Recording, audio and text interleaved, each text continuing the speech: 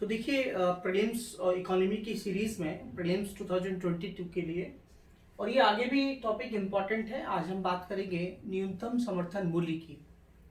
Minimum support price. Minimum support price क्या होता है कि जो फार्मर्स होते हैं जब वो खेती करते हैं तो भारत में आपने देखा होगा कि जो नेचुरल क्लाइमिटीज होती हैं, प्राकृतिक आपदाएं आती हैं, कभी ड्रॉट होता है, सूखा होता है, कभी फ्लड आ जाता है, तो क्लाइमेट चेंज का प्रॉब्लम तो चल ही रहा है। तो ऐसी कंडीशन में किसान जो है क्राइसिस में आ जाते हैं, राइट। उनके जो प्राइस कभी कभी क्या होता है कि ज़्यादा प्रोडक्शन हो जाता है, तो ज़्यादा प्रोडक्शन होने पे भी प्राइस काफ़ी कम नीचे हो जाते हैं।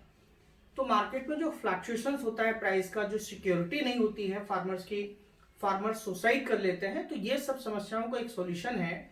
वैसे तो इसका सॉल्यूशन मल्टी डायमेंशनल है। उसी सॉल्यूशन का नाम है एमएसपी, मिनिमम सपोर्ट प्राइस, न्यूनतम समर्थन मूल्य। क्या होता है ये? इस पे एग्जाम में क्वेश्चन यूपीएससी में पूछे जाते हैं और स्टेट सर्विसेज में भी एग्जाम्स में क्वेश्चन पूछे जाते हैं। एमएसपी का मतलब होता है कि न्यूनतम समर्थन मूल्य है। मीन्स जो किसान अपना प्रोडक्शन करते हैं या जो प्रोड्यूस करते हैं अपने खेतों में, जो प्रोड्यूस करते हैं, उत्पाद करते हैं, उसमें ये लिखा है कि उसका जो ऑब्जेक्ट है वो है कि to set a floor below which prices do not fall.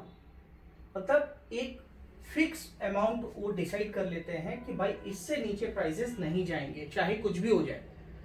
अगर मार्केट में प्राइसेस बहुत नीचे चले जाएंगे तो सरकार ये गारंटी देती है कि आप चिंता मत करो, हम उसको खरीद लेंगे। यही सिक्योरिटी है मिनिमम सपोर्ट प्राइसेस, ठीक है। तो मुझे लगता है इसका मतलब आपको समझ में आ गया होगा। किसानों को एक गारंटी दी जाती है कि मार्केट फ्लक्चुएशंस कितना भी होगा और मार्केट में कितना भी प्राइसेस हो जाएगा, लेकिन उसके बाद कितनी भी कीमतें गिर जाएंगी, लेकिन हम उसको जो है परचेज कर लेंगे। तो इससे किसानों को गारंटी मिलती है। एक तो ये फायदा हो गया। दूसरा, अगर एमएसपी बढ़ा दिया जाए, राइट, मान लिया ज़्यादा से ज़्यादा फार्मर्स क्या करते हैं, वीट किसान जो है खेती करते हैं, तो वीट की करते हैं, गेहूं की करते हैं, साथ साथ जो है पैडी की करते हैं, धान की खेती करते हैं। तो अगर सरकार को लगता है कि मिलेट्स जो हैं, जो मोटे अनाज हैं, उनके प्रोडक्शन को बढ़ाना है, तो सरकार क्या करेगी, उनके एमएसपी बढ़ा देगी। और गवर्नमेंट को अगर किसी कह सकते हैं कि कोई ऐसा क्रॉप है जिसको कम जो है कह सकते हैं प्रोड्यूस चाहिए, जिसका प्रोडक्शन कम चाहिए, तो उसका एमएसपी कम कर देगी।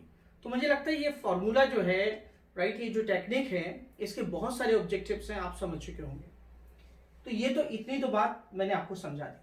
अब ये एमएसपी कितनी कम्युनिटीज को मिलता है, तो ये 23 है, लेकिन 22+1 कहना ठीक रहेगा, क्योंकि कई जगह आप पढ़ेंगे तो 22 क्रॉप्स के लिए दिया जाता है, +1 इसमें अगर हम जोड़ दें तो शुगर कैन भी शामिल है। तो इस तरीके से 23 बोल सकते हैं, 22 बोल सकते हैं। शुगर कैन के लिए जो हम बताएंगे अभी आपको, तब आप समझना। तो ये टोटल 23 है, वैसे 22 क्रॉप के लिए दिया जाता है। अब गवर्नमेंट जो है क्या करती है, साल में 2 बार एमएसपी डिक्लेयर करती है, एक रबी की क्रॉप के लिए, एक खरीफ की क्रॉप के लिए। अब भी बेसिक जानकारी हो गई कि रबी की क्रॉप क्या होती है, खरीफ की क्रॉप क्या होती है, आपको समझना चाहिए। तो ये 2 बार देती है गारंटी सरकार। पहली बार जो एमएसपी लाया गया था, आप देखेंगे कि फर्स्ट टाइम जो एमएसपी लाया गया था 1967-68 में लाया गया था, और पहली बार ये वीट के लिए लाया गया था, वीट क्रॉप के लिए लाया गया था, मतलब गेहूं की खेती के लिए लाया गया था। अच्छा, ये जो है ये एमएसपी कौन डिसाइड करता है, तो एमएसपी डिसाइड करता है commission for agricultural cost and prices, CACP बोलते हैं। किसान मूल्य लागत आयोग हिंदी में कहा जाता है, किसान मूल्य लागत आयोग के द्वारा इसको डिसाइड किया जाता है, ठीक है। उसकी कुछ ग्राउंड होती है, उन ग्राउंड पे हम चर्चा करेंगे, बट आपको मैं बताता चलूं, इसको हमें अलग से पढ़ना है, ये क्या होता है, राइट। ये हमारे प्रीलिम्स के लिए इंपॉर्टेंट है, इसको भी ध्यान रखना है, ठीक है।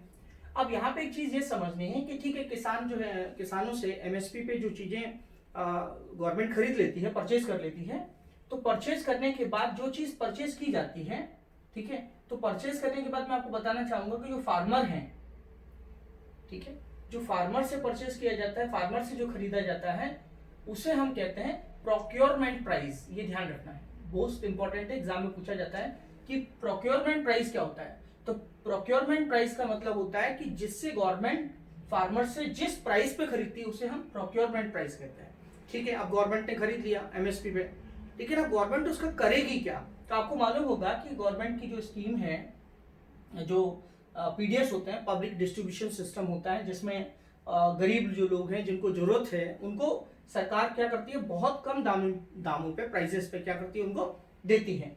तो ये टारगेटेड पीडीएस में जो है काम आता है। इसको गवर्नमेंट खरीदती है, गवर्नमेंट खरीदने के बाद जो एफसीआई है, right, food corporation of India है, एफसीआई जो है, वो इसको क्या करती है, टारगेट जो पीडीएस सिस्टम है उसको उसके द्वारा जो है इश्यू प्राइस पे इसको दे दिया जाता है। मैं एक बार आपको फिर समझा देता हूं कि जो गवर्नमेंट है वो प्रोक्योरमेंट प्राइस पे खरीद लेती है किसानों से, और खरीदने के बाद जो है एफसीआई उसी चीज को गरीबों को दे देती है। मतलब किस योजना के अंतर्गत, टीपीडीएस, टारगेटेड पीडीएस में दे देती है, लेकिन किस प्राइस पे देती है उसे हम कहते हैं इश्यू प्राइस।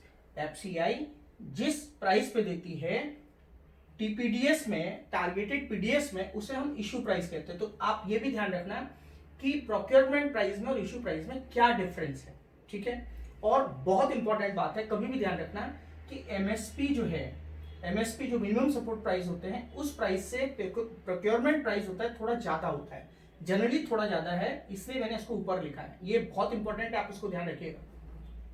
तो एफसीआई के अंतर्गत जो है, जो फूड सिक्योरिटी, जैसे मैंने आपको बताया कि जो टीपीडीएस में दिया जाता है, उसके बाद सरकार की जो गवर्नमेंट है, गवर्नमेंट का आपको पता है कि 2013 का एक एक्ट है, नेशनल फूड सिक्योरिटी एक्ट, तो उसके द्वारा जो है, उसके अंतर्गत जो है ये जो फूड सिक्योरिटी की गारंटी दी गई है लोगों को, उसके लिए ये यूज किया जाता है, और जो भी वेलफेयर स्कीम्स है उसके लिए यूज किया जाता है। अगली महत्वपूर्ण बात मैं आपको बता दूं कि जो मिनिमम सपोर्ट प्राइसेस का मतलब ये नहीं होता है कि किसानों को लाभ पहुंचाना, उनको सिक्योरिटी देना है, ठीक है। एक तो किसानों की सिक्योरिटी हो गई, देखिए आप।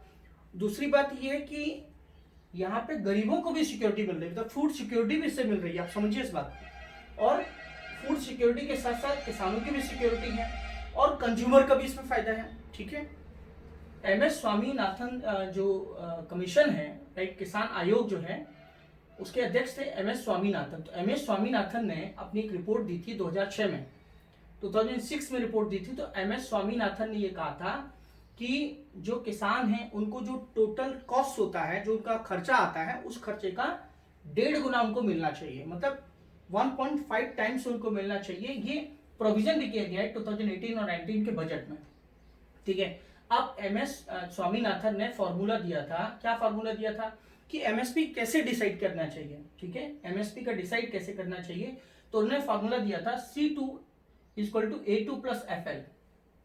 तो C2 का मतलब क्या होता है, C2 का मतलब होता है कि जो उनका टोटल कॉस्ट है, मतलब किसान ने जितना भी खर्चा किया है, आप समझिए, किसान ने, फार्मर ने जितना भी खर्चा किया है उसे हम C2 कहते हैं। C2 का मतलब होता है टोटल कॉस्ट, ठीक है।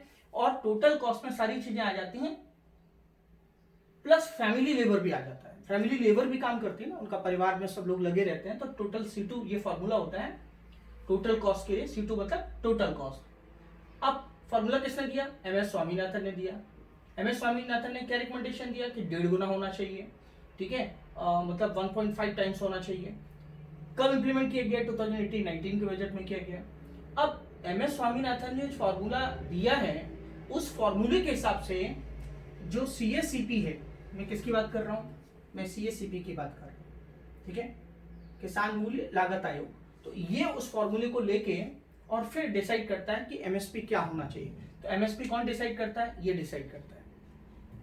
तो एमएसपी ये डिसाइड करने के बाद फिर क्या होता है कि यहां पे मैं आपको बताना चाहता हूं कि फार्मर से कौन लेता है, फार्मर से गवर्नमेंट परचेज करती है।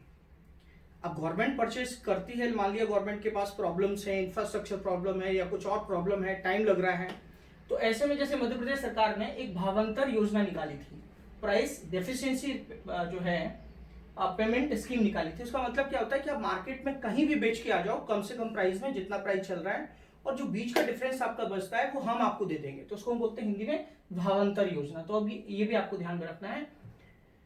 अब यूपीएससी ने एक बार इस पे क्वेश्चन पूछा है कि कौन कौन सी लिस्ट जो है, कौन कौन सी क्रॉप्स इसमें शामिल है। तो प्लीज आप ध्यान रखिएगा, जनरली एक आइडिया है कि इसमें फूड ग्रेन्स आते हैं, पल्सेज आती हैं, ऑयल सीड्स आते हैं।